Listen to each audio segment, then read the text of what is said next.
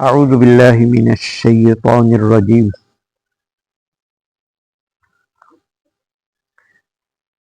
بسم اللہ الرحمن الرحیم وَأُزْلِفَتِ الْجَنَّةُ لِلْمُتَّقِينَ، اور قریب کر دی جائے گی جنت پرہیزگاروں کے لیے،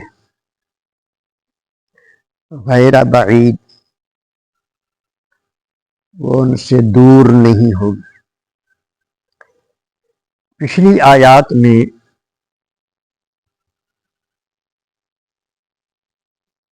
اللہ تبارک و تعالیٰ کے نافرمان بندوں کا ذکر ہوا اور دوزخ کا ذکر ہوا کہ اللہ کی نافرمانیوں کا انجام دوزخ ہے۔ یہ ایسی جگہ ہے جس میں بڑی تیز آگ جل رہی ہوگی، اور اللہ تبارک و تعالیٰ کے نافرمان بندے، اللہ کے احکامات سے منہ موڑنے والے بے ادب بندے، ان کے رہنے کی جگہ وہ ہوگی۔ اس آیہ کریمہ میں اللہ تبارک و تعالیٰ نے ارشاد فرمایا ہے وَأُزْلِفَتِ الْجَنَّةُ، جنت قریب کر دی جائے گی، للمتقین، پرہیزگاروں کے لیے۔ یہ نہیں فرمایا کہ متقیوں کو جنت کے قریب کر دیا جائے گا، یہ فرمایا کہ جنت ان کے قریب کر دی جائے۔ یہ اللہ تبارک و تعالیٰ کا بہت بڑا کرم ہے اپنے فرما بردار بندوں کا۔ متقی جو تقوی والا ہو، تقوی کا صرف ایک ہی مفہوم ہے، اللہ کی نافرمانی سے بچنے والا بندہ متقی ہوتا ہے۔ اللہ تبارک و تعالیٰ کے احکامات کا خیال رکھتا ہے۔ حضرت عمر فاروق رضی اللہ تعالیٰ عنہ نے تقوی کی تعریف یہ فرمائی ہے کہ جس جگہ پر اللہ نے تجھے حاضر ہونے کا کہا ہے، اللہ کبھی وہاں سے تجھے غائب نہ پائے، تو وہاں حاضر ہو۔ یعنی جو کام کرنے کا اللہ پاک نے حکم دیا ہے اس کو تو نہ چھوڑے، وہ کر رہا ہو، اور جہاں سے اللہ نے منع فرمایا ہے وہاں تجھے وہ حاضر نہ فرمائے، تو یہ تقویٰ ہے۔ اور ایک عام فہم، ایک اور مثال بھی دی جاتی ہے اہل تقویٰ کے لیے جس سے زیادہ سمجھ آ سکتی ہے۔ ارشاد فرمایا ہے علماء نے کہ تقویٰ یہ ہے کہ ایک پخڈنڈی ہے، ایک وٹ ہے جنوں اسی اپنی زبان کہنے بننا ہے، وٹ ہے، وہ اس پاسے بھی جھاڑیاں نے، اس طرف بھی جھاڑیاں، وہ دونوں طرف سے قریب قریب ہیں، اور اس وٹ کے اوپر ہی راستہ ہے۔ بندہ اس پر چلے، اپنے دامن کو اس طرح سمیٹ کر چلے کہ نہ اس طرف جھاڑیوں کا کوئی کانٹا ان میں چبھے، نہ اس طرف کی چبھے، اس طرح اپنے آپ کو بچا کے، اور یقیناً اس طرح کے راستے پہ چلنے والا ایک لمحے کے لیے بھی غافل نہیں ہوگا۔ کیا خیال ہے جی؟ غافل ہوگا کہ اپنوں کو چھوڑ دیا جائے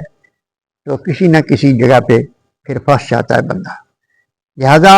ہر وقت دھیان رکھ کر اپنے آپ کو محفوظ کر کے وہاں سے گزار لے تو یہ تقویٰ ہے۔ اللہ تبارک و تعالیٰ کی فرما برداری میں رہنے والا شخص متقی ہے،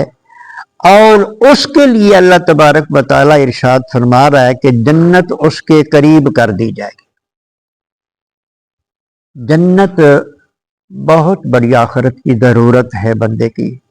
جس کو نہ ملی وہ تباہ ہو جائے گا، برباد ہو جائے گا۔ دوزخ میں تو صرف جلنا ہی جلنا، جنت نہیں تو پھر دوزخ ہے، جنت ملے گی تو دوزخ سے بچے گا، لہذا جنت بہت زیادہ ضروری ہے، اس لیے بندے کو متقی بننا چاہیے۔ کئی بندے اپنے گناہوں پر بھی فخر کرتے ہیں، اسی تو جی گناہگار ہاں، تسی متقی لوگ جے تانوں چاہیے تسی بچ بچا کے لنگو، اسی تو گناہگار ہیں، یعنی ہم آزاد ہیں، ہمیں کوئی کسی قسم کی پابندی ہم پر نہیں ہے، تم جو تھوڑا بہت بچتے بجھتے ہو نا تمہیں بچنا چاہیے، تو یہ اس طرح نہیں بندے کو سوچنا چاہیے۔ ہر بندے کو اس کی ایک خواہش ہونی چاہیے کہ میں تقوی کے راستے پہ چلوں، تو فرمایا کہ غیر بعید دور نہیں ہوگی، ھذا ما توعدون لکل اواب، یہ وہ چیز ہے جس کا وعدہ کیا گیا ہے ہر اس شخص کے لیے جو اللہ کی طرف رجوع کرتا ہے، لکل اواب، بہت زیادہ توبہ کرنے والا جو ہوتا ہے نا اللہ کی بارگاہ میں، بہت زیادہ توبہ کرنے والا جو ہوتا ہے اس کے لیے وعدہ کیا گیا ہے جنت کا، حفیظ، جو اپنی توبہ کی حفاظت کرنے والا ہے۔ اواب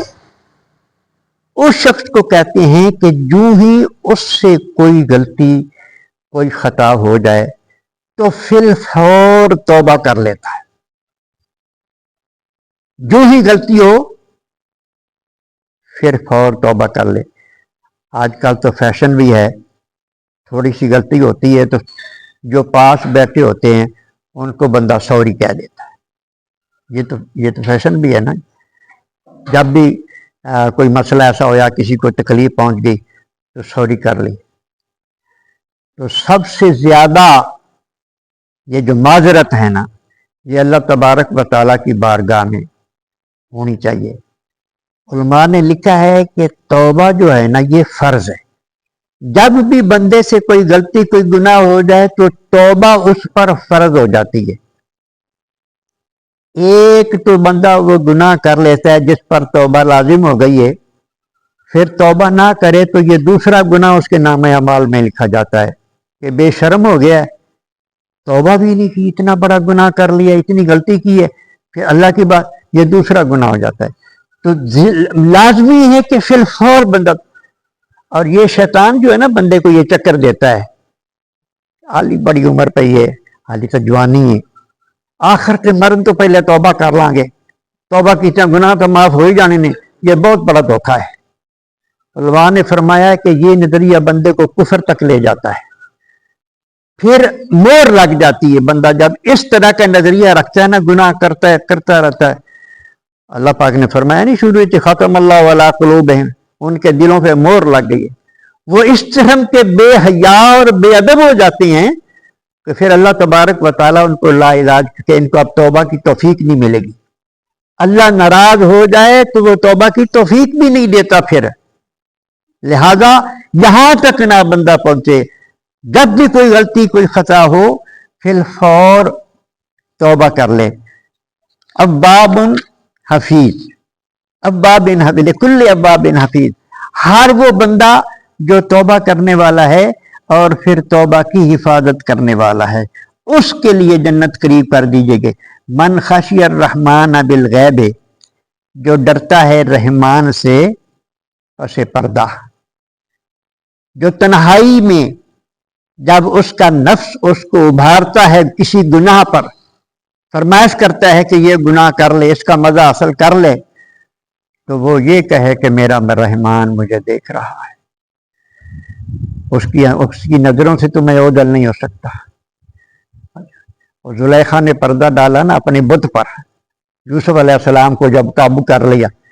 اپنے بت پر پردہ ڈالا، تو آپ نے پوچھا اس پر پردہ کیوں ڈالا ہے؟